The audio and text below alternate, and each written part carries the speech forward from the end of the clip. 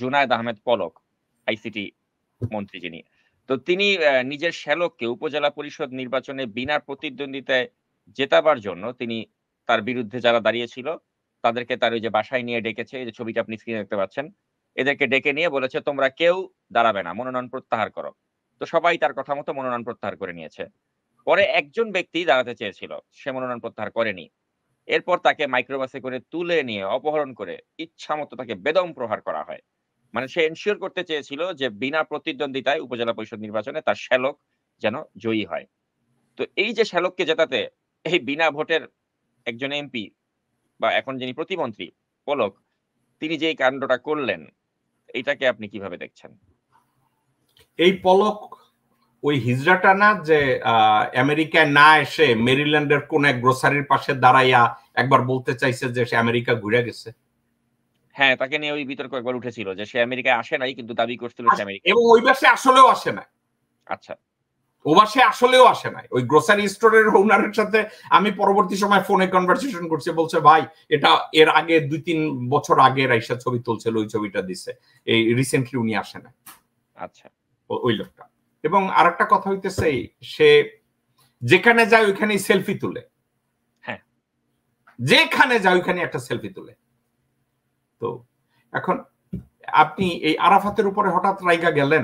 শামীম ওসমানের মতো লোক 7 খুন কইরা পুরা নারায়ণগঞ্জে জাহান্নাম বানানোর পরে এখন পর্যন্ত সে এমপি। সে কথায় কথায় কয় খেলা হবে, কিন্তু অরিজিনাল খেলার কথা শুনলি সে পালাইয়া দিল্লি পর্যন্ত যায়।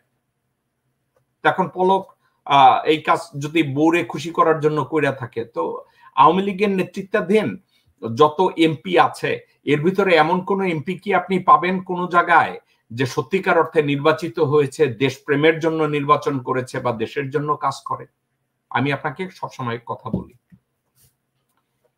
কিছু কিছু মহিলারা আছে, এরা মানসিকভাবে এতটাই বিকারগ্রস্ত।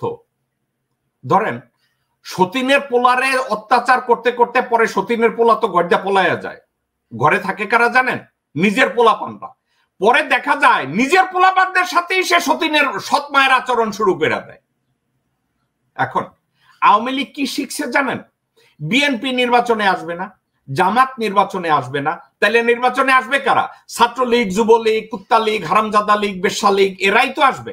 কারণ এদেরকেই প্রতিদ্বন্দ্বী ভাই বা এদেরকেই পিটাপিটি শুরু করি। অর্থাৎ এদের রক্ত কি? ওই যে কইছি না, 25টা শুয়োরে 1 মাস রেপ করলে এদের জন্ম হয়, তখন তারা নিজেরা মারামারি করে। এই যে পলকের কথা বলছেন, ও কি কোনো যোগ্য মানুষ? আপনার মনে হয় যে পলক কোনো একজন যোগ্য মানুষ, এমপি হওয়ার যোগ্য, কোন নেতৃত্বের যোগ্য?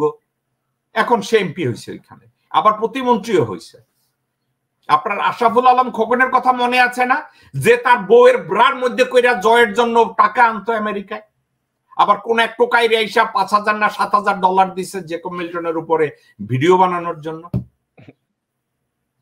কুত্তার বাচ্চা চালাইতো রিক্সা, বউরে এসে সেল করছে, নিজে যাইয়া যেখানে সেখানে কাপড় খুলছে আর বউরে কাপড় খুললে এখানে সেখানে পাঠাইছে বাংলাদেশের ক্ষমতা দখলের জন্য। ঠিক আছে, এখন এই পলকের মতো লোকজনরা, গোলাপের মতো লোকজনরা, নিজাম চৌধুরীর মতো লোকজনরা, এরা তো এই ধরনের কাজ করবে। নিউ ইয়র্ক থেকে বা আমেরিকা থেকে যেই সব আওয়ামী পঙ্গপালরা বাংলাদেশে গেছে, একটা লোক সফল হয়েছে, কারোর নাম আপনি কি আমারে বলতে পারবেন যে আমেরিকা থেকে বা নর্থ আমেরিকা থেকে একটা লোক বাংলাদেশে গিয়ে রাজনৈতিকভাবে হাসিনার জন্য কোনো ভালো কিছু বইয়ে আনছে? একটা লোকের নাম আপনি বলতে পারবেন? নাই। সো এখন আপনি আশরাফুল আলম খোকনের মতো একটা বেশ্যাকে পাবেন, পলকের মতো আরেকটা বেশ্যাকে পাবেন, আরাফাতের মতো আরেকটা বেশ্যাকে পাবেন, সুবহান গোলাপের মতো আরেক বেশ্যাকে পাবেন। এরা জাস্ট প্রস্টিটিউট।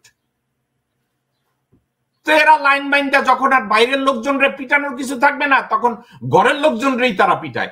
কেউ যদি তখন জয় বাংলা স্লোগান দেয়, তারা ওই জয় বাংলা স্লোগান আর শুনে না, ওই জয় বাংলার উপরেই পিটানি দেয়। জয় বাংলা বললে জয় বাংলা পিটায়। শুনেন, আমি আপনাদেরকে বলি, কয় মোর এক কাক আর এক কাকের মাংস খায় না, কিন্তু আওয়ামী লীগ খায়। আওয়ামী লীগ যখন আশেপাশে বিএনপি জামাত না দেখে, তখন এক আওয়ামী লীগ আর এক আওয়ামী লীগের লগি বৈঠা দিয়া পিটায় মাইরা ফেলায়। আপনি এটা থামাতে পারবেন না, এটা ওদের চরিত্র। কেন জানেন? হিন্দু ব্রাহ্মণরা মুসলমানদের অত্যাচার করা তো বাদ, এটা তো পরের কথা। তারপরে তারা এখন জাত ভাইদের পিটায়। কোন শালা নম, শূদ্র, অচ্ছুত, শেডিউল কাস্ট তাদেরকে ধরে পিটায়, তাদেরকে রেপ করে। তাদের অধিকার নাই ভগবত গীতা বা বেদা আদ্যা ধৈর্য পড়ার, আছে না? আবার আমরা মুসলমানরা কাদিয়ানি দেখলে লড়াইয়া লড়াইয়া পিটাই না? এই কাজগুলো করি, ঠিক আছে? এই কাজগুলো আমরা অহরহ করি, যার জন্য আমাদের একটা জিনিস আমাদের ভিতরে এই, আমি একসময় আপনাকে অনুভূতি নিয়ে কথা বলা শুরু করছিলাম, যে সত্যিকার অর্থে আমাদের ভিতরে যদি দেশপ্রেম বলতে কোনো অনুভূতি থেকে থাকে, আমাদের ভিতরে যদি আমাদের নিজেদের পরিচয় সম্পর্কে কোনো অস্তিত্ব থেকে থাকে, তাহলে একটা জিনিস আমাদের করা উচিত। সেটা কি জানেন? আমাদের করা উচিত এটা যে আমাদের সবারই দেশের অস্তিত্বের প্রশ্নে আমাদের একমত হওয়া উচিত। দেশকে রক্ষা করার তাগিদে আমাদের একীভূত হওয়া উচিত। আমাদের নিজেদের ভিতরে বিভাজন আমাদের বন্ধ করা উচিত। এককভাবে যত দল আছে, রাজনৈতিক দল, সামাজিক দল, মানবাধিকার সংস্থা, যেখানে যারা আছে সবার উচিত একত্রে কাজ করা। এবং একত্রে কাজ করার জন্য একটা প্ল্যাটফর্ম তৈরি হয়েছে। সে প্ল্যাটফর্মটা হলো ভারতীয় পণ্য বয়কট, ভারতের চিকিৎসা বন্ধ, ভারতের শিক্ষা বন্ধ, ভারতীয় মুভি, ড্রামা, সিরিয়াল এগুলো দেখা বন্ধ।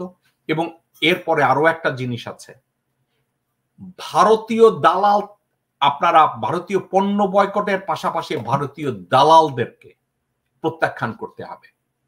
ভারতীয় দালাল শ্রেণীর লোকজনদের সাথে সামাজিকতা বাদ দেন, আত্মীয়তা বাদ দেন। বাংলাদেশের কোন স্ত্রী যদি তার স্বামীকে বলে যে তুমি ভারতীয় দালালি করবা, তোমার সাথে আমি সংসার করব না। কোন সন্তান যদি বাবাকে বলে যে তুমি ভারতের দালালি করবা, তোমার সাথে আমাদের কোনো সম্পর্ক থাকবে না।